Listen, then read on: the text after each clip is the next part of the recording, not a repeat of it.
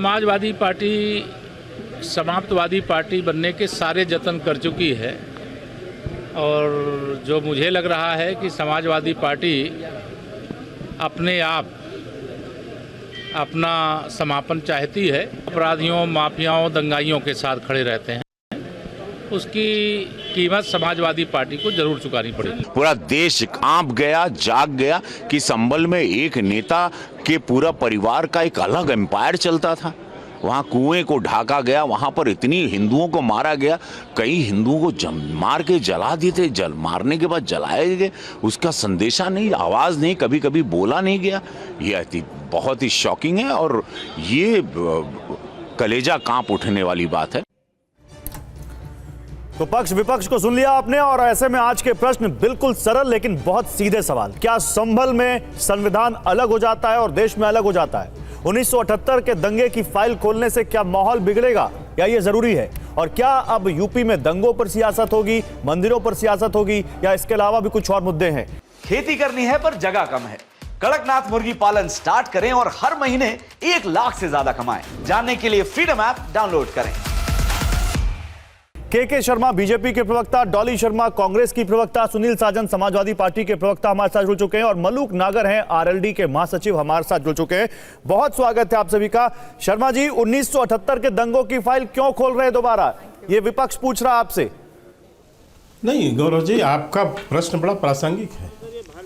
ये चर्चा इसलिए आई क्योंकि संभल में अभी कुछ दिन पहले जो घटनाक्रम हुआ और उस घटनाक्रम में समाजवादी पार्टी और तमाम ये घमंडिया गठबंधन के लोगों की जो एकदम से भावना जाग पड़ी एक वर्ग विशेष के प्रति, वोट बैंक की राजनीति के लिए, तो उसके बाद तो जब उस घटना की चर्चा होगी तो पूरा खुलेगा।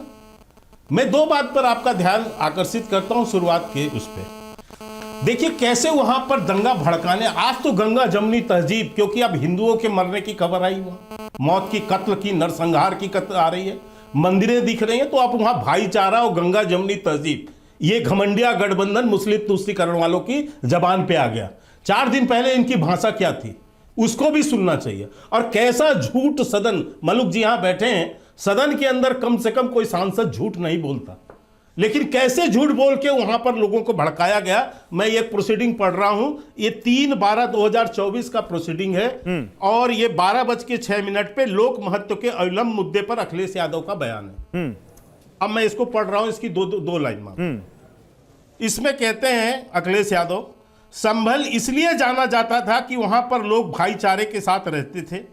वहां पर अभी से नहीं बल्कि सदियों पुराना भाईचारा है और लोग हजारों साल से इसी तरह रहते आए हैं। और आज क्या पता चल रहा है गौरव जी? 19 दंगे वहां पर हुए, 200 ज्यादा लोगों, हिंदुओं की हत्या कर दी गई, नरसंहार कर दिया गया, वहां जला के मार दिया गया उस संभल में। उसकी याद नहीं है अखिलेश यादव को, तो भाईचारा था। हिंदुओं का कत्ल हो जाए तो ये समाजवादियों के लिए, इंडिया गठबंधन के लिए भाईचारा है, गंगा जमनी तहजीब है। अब उसकी चर्चा नहीं होनी चाहिए। ठीक है, ओके, आपने अपना पॉइंट रखा। ओके, एक बात और रखता हूं, इसके बाद आप बोलिए। इसमें क्या और दूसरी झूठ क्या बोला? इस पूरे स्टेटमेंट में 5 बार जो है अखिलेश यादव ने 5 बार खुदाई खुदाई खुदाई बोला। मैं पूछना चाहता हूं आपके इस पैनल पर, आपके करोड़ों दर्शकों के संज्ञान में, कौन सी मस्जिद को आज तक खोदा गया? 1 इंच किसी मस्जिद की खुदाई हुई हो तो बताइए मुझे। लेकिन यह झूठ क्यों बोला गया वहां पर कि मुसलमानों को भड़काया जाए इस देश में? यही खुदाई की बात करके वहां पर एक वर्ग विशेष के ऊपर से पुलिस पर हमला करवाया गया।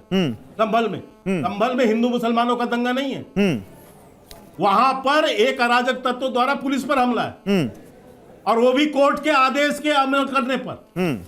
और उसको अखिलेश यादव ने क्या बनाया?